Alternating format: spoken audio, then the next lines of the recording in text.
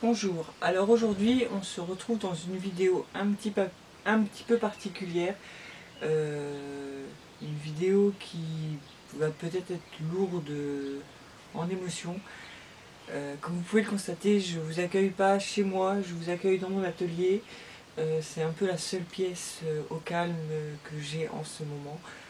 Donc je vais vous expliquer un petit peu pourquoi je n'ai pas du tout été présente ces derniers temps. Et excusez-moi si à certains moments je perds un peu ce que je voulais dire, je suis très chargée en émotions. D'abord, je voulais remercier la vingtaine de personnes qui se sont abonnées à ma chaîne dernièrement dans un très court délai, malgré que je n'étais pas présente. Et bien sûr, je remercie bien sûr tous mes abonnés de me suivre, de commenter, d'aimer mes vidéos. Ça me touche énormément et en ce moment ça me fait beaucoup de bien. Donc je vais vous expliquer un petit peu pourquoi je suis très absente, surtout depuis une semaine. Nous habitons à Dordives dans le Loiret et nous avons été touchés par une tragédie la semaine dernière. Tout a commencé lundi. Lundi, j'ai dû monter sur Montargis en catastrophe parce que mon fils avait oublié quelque chose. Et en traversant la forêt de Paucourt, j'ai pu constater que les pluies diluviennes qu'on avait depuis plus de 24 heures avaient commencé à bien remplir les ruisseaux, les rivières et compagnie. Et j'ai traversé une petite grosse flaque d'eau en allant justement chercher, en allant à Montargis, d'abord chercher ma fille, puis amener ce que mon fils avait oublié. Donc là, j'ai commencé à m'inquiéter un petit peu, mais sans plus sur le coup. Et tout s'est précipité à partir de mardi midi où ma belle-fille m'a contacté par message me demandant si je venais chercher ma fille à l'école, enfin au lycée, à l'heure de midi. Et je lui ai répondu que pourquoi veux-tu que je vienne chercher Mélissa Et là elle m'a dit on évacue le lycée pour les inondations, tous les élèves doivent être partis pour 14 heures. Sachant que dans les élèves, oui effectivement, comme ma fille prend le bus le matin et le soir, mais ma belle-fille n'a pas de carte de bus, donc ne peut pas prendre le bus pour rentrer. C'était forcément quelqu'un qui devait venir la chercher. Et une autre camarade également, donc du coup je me suis dit je vais chercher les trois filles et je les remonte sur Dordives.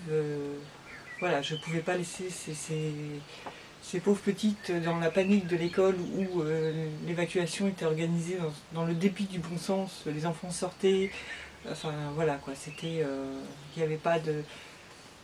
Enfin, heureusement que c'est des enfants qui sont grands parce que ça m'a dégoûté de la façon que le lycée a été évacué.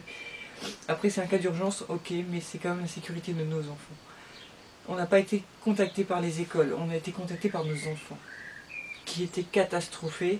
Certains rigolaient parce qu'ils disaient ouais on n'a pas école, mais les enfants étaient quand même assez catastrophés et apeurés. Ça reste des enfants même à 15, 16 ou 17 ans. Enfin bref. Donc je les ai ramenés à la maison. Et l'après-midi s'est passé au TAP avec les petits justement. Je les ai amenés avec moi à l'école primaire où je fais des TAP en ce moment avec les enfants.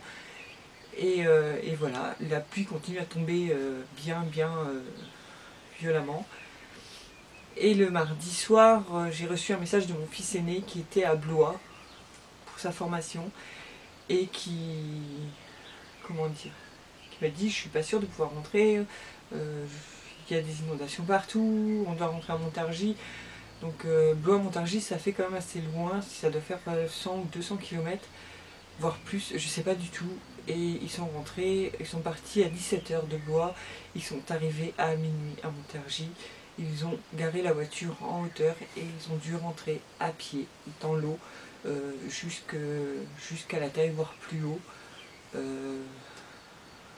J'ai eu beaucoup de chance, je pense, parce que c'était super dangereux ce qu'ils ont fait de rentrer comme ça dans la nuit, vu qu'il y a eu des coupures d'EDF, il n'y avait plus de courant, il n'y avait plus rien. Mais bon, c'est des jeunes, ils se sont accrochés, ils ont réussi à rentrer au sec et c'était le principal, c'est qu'ils soient tous les deux en vie. ou tous les trois, parce qu'il me semble qu'il y en avait un troisième, mais je ne suis pas très sûre. Donc, bien évidemment, nous n'avons pas pu aller le récupérer sur Montargis ce soir-là à minuit. Il a dormi là-bas chez son covoite. Et le lendemain, on avait été prévenu bien sûr la veille, donc le mardi soir, en partant d'étape, qu'il n'y aurait pas d'école le mercredi, sachant pas exactement ce qu'allaient donner les inondations, donc les enfants n'avaient pas école. Donc on était un petit peu contents, faut l'avouer. On s'est dit, ouais super, on va pouvoir dormir. On ne pensait pas du tout, qu'on allait vivre la pire journée de notre vie le lendemain. Donc le lendemain matin, je me suis réveillée, on m'a réveillée, le téléphone a sonné. Et c'était mon papa qui me disait qu'il y avait de l'eau jusqu'aux genoux. Et moi j'habite à 4 km et je pouvais pas aller le chercher. Il a été évacué à 15h de l'après-midi. Il avait de l'eau jusqu'à la taille. Il était en état... Excusez-moi. Il était en état de... Je sais plus comment on dit ça. Enfin, ses jambes, il sentait plus ses jambes. Mon papa était handicapé, il a été opéré du dos, il a été opéré des hanches. Et il a tout perdu. Il avait 1,20 m d'eau dans sa maison. Il a tout perdu. Quand il m'a enfin appelé dans l'après-midi pour me dire qu'il avait été secouru, on a été le chercher. En attendant, quand à 7h du matin, il m'a appelé, mon mari a été voir dans la matinée s'il pouvait le chercher. C'était trop tard, l'eau avait trop monté. Et du coup, vu que j'étais réveillée, je me suis dit que de toute façon, j'allais pas rester à rien faire à la maison. Que si mon père était inondé, il y avait sûrement plein de personnes qui étaient inondées. Donc je suis descendue au gymnase. Je sais pas pourquoi j'ai décidé d'aller au gymnase, pas ailleurs. J'étais au gymnase et effectivement, les gens avaient été évacués la nuit.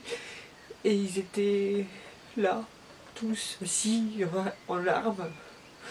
Beaucoup de personnes âgées, beaucoup de personnes handicapées, des mobilités réduites. Il y avait la maison de retraite qui avait été évacuée aussi, ils étaient dans leur fauteuil, à attendre, à pleurer. Les personnes de la mairie ont été remarquables, le maire a été remarquable. Il a su gérer la crise, il a su permettre à tout le monde d'être sauvé, même aux animaux. Et dans la journée, donc, on a réussi à trouver des familles, entre guillemets, d'accueil de personnes qui n'ont pas été touchées par les inondations, pour accueillir toutes ces personnes, avec enfants ou pas. Et personne n'a dormi au gymnase le soir même. On avait réussi à replacer tout le monde. Tout le monde a pu, ce soir-là, manger en famille, même si ce n'était pas leur famille. Ils étaient dans un milieu familial, où on a pu leur servir un repas chaud et leur offrir l'abri, un lit au chaud, pour pouvoir continuer à lutter. L'eau a mis 3 jours à descendre. Nous avons commencé à pouvoir accéder à certaines maisons à partir du vendredi. J'ai pu, moi, aller chercher mon fils le jeudi en faisant des détours. Parce que la vie sur mon fils était juste très pénible de ne pas l'avoir avec moi dans ces moments-là. Donc on a tenté le tout pour le tout, on a fait des détours et on a réussi à les chercher. Le soir même, il a été aidé pour surveiller, pour aider à la circulation, pour aider à ce que de nos personnes, mais ils sont méchants, ils viennent piller les maisons des gens qui ont déjà été, qui ont déjà tout perdu, et des gens viennent leur prendre le si peu qui peut leur rester. C'est juste inadmissible. Bon, c'est choquant. C'est très choquant. En attendant, on a réussi avec beaucoup d'aide de personnes, d'ordives, à réunir des vêtements, des serviettes de toilette, des chaussures, des sous-vêtements, enfin des lits parapluies, des choses comme ça, de la nourriture pour les bébés, pour les adultes, de l'eau, des boissons. On a réussi à récolter des choses pour pouvoir aider en premier lieu pour que les gens puissent se rhabiller puisqu'ils ont été évacués de nuit. Donc certaines personnes étaient très peu vêtues, ils avaient froid. Donc on a réussi à leur trouver des vêtements. Merci à mon ami d'Aigreville qui a fait des collectes dans son voisinage pour nous. Donc ils ont récolté 16 sacs de vêtements. C'est juste énorme parce que ça a été fait en quelques heures seulement. Et voilà, c'était juste... voilà. Les gens on a pu découvrir à Dordives qu'il y avait de la solidarité, que malgré qu'on se lève, on va au travail, on rentre le week-end, on n'a pas trop envie d'aller voir les voisins, les voisines, on est dans nos petites vies, on s'occupe de nous, on dit rarement bonjour aux gens. Je suis arrivée ici il y a presque 20 ans et j'étais choquée par ça. Ici dans la région, les gens ne disent pas beaucoup bonjour. Ils baissent beaucoup le nez, c'est des gens qui travaillent, qui dorment, qui travaillent. Et moi je suis bretonne et en Bretagne c'est vrai que moi j'ai toujours été habituée à dire bonjour aux gens, tous les gens que je croise même si je ne les connais pas, à faire un sourire, enfin voilà, un sourire c'est beaucoup, même si vous ne connaissez pas les gens, vous ne savez pas, ça peut leur faire du bien. Mais voilà, c'est avec dans la vie qu'on vit actuellement, c'est vrai qu'on oublie ces choses qui sont pourtant rien, mais on les oublie. Et là, on a pu voir que justement, il y avait de la solidarité, que les gens sont venus d'eux-mêmes proposer d'accueillir, d'aider, et toutes sortes, tout ce qu'on pouvait faire à la hauteur de nos capacités. Donc depuis mercredi, j'ai mon papa à la maison, ce qui est un peu compliqué parce qu'on est déjà 6. La maison n'est pas un château, donc forcément, c'est pas évident. On a l'habitude de vivre à 6 et... Désolée, une petite coupure, la vidéo c'est peut-être un petit peu long. Enfin bref. Donc pour le moment l'accueil, je ne sais pas combien de temps on pourra l'accueillir, je ne sais pas combien de temps on a commencé à les nettoyer. Je vous mettrai des photos. Je vais vous mettre des photos en fin de vidéo d'images qui ont été tournées sur Dordives, sur Soupe. Des photos que moi j'ai prises de l'appartement de mon papa. C'est choquant. C'est choquant, quand on le vit c'est encore pire. Et c'est pour ça que je tenais à faire cette vidéo. Parce que si vous la regardez jusqu'au bout, si vous la regardez, sachez que partout où vous soyez en France, vous avez possibilité d'aider des gens qui ont été touchés comme mon papa ou comme tous mes voisins d'avant. Parce que j'ai habité sur ce national qui a été inondé. J'y ai habité pendant 6 ans, j'aurais pu être dans ces victimes. Par chance, on a acheté en hauteur, donc on n'a pas été touchés nous. Mais c'est des amis de mes enfants, c'est des clients que j'avais avant quand je travaillais dans le magasin où je travaillais. C'est beaucoup de personnes âgées, des gens qui étaient qui sont très gentils et que j'ai rencontrés, que j'ai suivis, que j'aurais vendu de la peinture, j'aurais vendu plein de choses. On a passé des heures à discuter, ils ont vu mes enfants grandir. Ils m'ont vu grandir parce que j'avais 26 ans quand je suis arrivée ici et aujourd'hui, dans une vingtaine de jours, je vais fêter mes 40 ans et c'est des gens qui, voilà, ils m'ont vu grandir aussi parce qu'à 26 ans, on a encore une enfant et voilà, et ça me touche énormément. Donc sachez que si vous voulez les aider, vous pouvez toujours prendre contact avec la mairie de Dordives. Je suis désolée. Avec la mairie de Dordives, je vous mettrai le numéro de téléphone de la mairie de Dordives ou l'adresse internet si vous voulez faire des dons, si vous avez des dons vestimentaires, si vous avez des dons de meubles, si vous habitez dans le coin, voilà, sachez que ces gens ont besoin de la solidarité de tout le monde, pas seulement de la région, mais ils ont besoin de tout le monde et ça peut nous arriver à tous parce que c'est vrai que quand on le voit à la télé, on se sent touché bien sûr, mais la vie elle reprend, quand on n'en parle plus aux infos, c'est reparti. Mais là, on se rend compte quand on le vit que ça ne dure pas qu'une journée, ça ne dure pas que le temps de regarder les informations, ça dure des jours et des jours, des semaines, et peut-être même des mois entiers. Donc sachez que si vous pouvez, si vous avez quelque chose à apporter, même ne serait-ce que du soutien moral, si vous êtes des alentours de Dordives, donnez du soutien, allez parler avec ces gens-là. Ne serait-ce qu'une heure, ça leur fera du bien. Même si vous pouvez aller aider à nettoyer les maisons, c'est horrible, l'odeur est immonde, mais on s'en sort pas. On s'en sort pas, on nettoie et ça ressort et il y a toujours de l'eau partout. On glisse, c'est traumatisant. Donc voilà, cette vidéo c'était pour vous expliquer pourquoi j'étais pas très présente. Pourquoi je vais peut-être pas être très présente la prochaine semaine, parce qu'avec mon papa ça va être compliqué de faire des vidéos. Parce qu'il est fragilisé, il est bouleversé et j'essaye de m'occuper au mieux de lui. Même si c'est pas évident parce que j'essaye de pas craquer devant lui, mais c'est pas toujours facile. Donc voilà, si vous pouvez aider, aidez-les.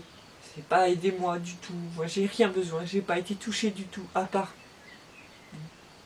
le moral qui est pas super, parce que de les voir tous comme ça, moi qui prends beaucoup, qui suis très empathique, j'ai beaucoup de mal avec la souffrance des gens. Donc voilà. À côté de ça, je tiens à remercier, je ne sais pas s'il regardera cette vidéo ou pas, je ne sais pas, mais monsieur le maire de Dordives, vous êtes un homme extraordinaire. Je pensais pas qu'on pouvait encore avoir des gens qui sont aussi humains que vous. Et tous les gens qui pourraient dire des conneries, eh ben c'est tous des cons. Parce que vous avez su gérer de main de fer. Vous avez su organiser les secours, vous avez su organiser la suite. Et je sais que vous avez déjà prévu de vous occuper de tous ces gens-là du mieux que vous pouvez et de vous battre pour eux. Donc pour ça, je vous en remercierai jamais assez. Donc voilà. Et bien sûr, derrière le maire, il y a tous les élus qui sont juste extraordinaires aussi. Ils ont tous été là présents, ils n'ont pas dormi. Des gens qui sont eux-mêmes sinistrés, qui font partie du comité des fêtes, qui sont âgés. Ils étaient là, ils n'ont pas dormi, ils se sont donnés, ils se donnent encore. Lorsque même étaient sinistrés, quoi. C'est juste remarquable. Donc voilà, je vais mettre fin à cette vidéo parce qu'elle a été encore plus chargée d'émotions que je le pensais. Mais je suis désolée, il fallait que j'en parle et il fallait que ça sorte. Donc ouais, voilà, je vous remercie beaucoup si vous êtes restés jusqu'à la fin. Je vais vous mettre quelques petites photos, c'est pas beau à voir, mais c'est pour que vous vous rendiez compte que même si on parle pas de nous à la télé, et ben à Dordives, on a réussi à survivre. On s'est battu comme des chefs et on va se relever. Et voilà, c'est tout ce que j'avais à dire. Il n'y a pas que Montargis qui a été touché, il n'y a pas que Soupline Nemours qui a été touché. Monsieur Valls, vous n'aviez rien à foutre à Nemours. Rien du tout. Pour nous, c'est juste une insulte. C'est juste une insulte que vous veniez faire le beau sur un pont, lorsque nous, on est en train de se battre pour ces gens-là. Vous faites rien du tout. Donc voilà. Je suis en colère après le gouvernement, soit. En attendant, je peux rien y faire. Donc moi je dis simplement bravo aux gens de Dordives. Je suis fière d'être dordivoise. Sur ce, je vous embrasse tous. Comme je vous l'ai déjà dit, soyez proches les uns des autres. Aimez-vous, dites-vous que vous vous aimez. Et vous faites pas la guerre pour des conneries, ça sert à rien. Parce qu'on a tous besoin les uns des autres. Sur ce, je vous dis à très bientôt. J'espère dans des vidéos un petit peu plus gaies, des vidéos où je pourrais vous apprendre des choses. Et bientôt, dans la semaine, je vais essayer de monter ça. Une petite vidéo sur le musée du Verre qui lui aussi a été dévasté. Mais j'ai hésité longtemps à faire cette vidéo, enfin à la monter, mais je pense que je vais la monter parce que le musée du Verre, il en vaut le coup. Et il faut qu'on arrive à le sauver aussi. Donc on va se battre pour le musée du Verre et je ferai justement un hommage au musée en faisant mon montage et en faisant mon... Qu'est-ce qu'il y a ? C'est bon.